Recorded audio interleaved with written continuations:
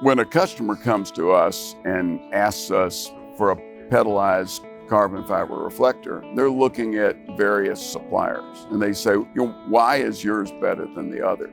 And what we do is we show them with our reflector samples the rigidity, the RMS, and the reflectivity of it, and the cost. What we emphasize with these parabolic reflectors that are segmented is the 3 R's. And the 3 R's are critical to getting a compliant reflector that performs well. The first R is rigidity.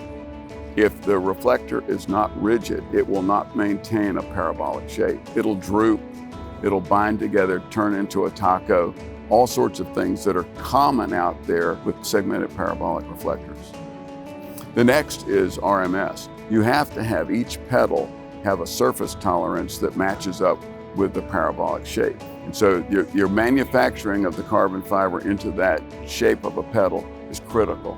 The third R is reflectivity. If the reflective surface is not sufficiently reflective, you're going to have a problem with the performance.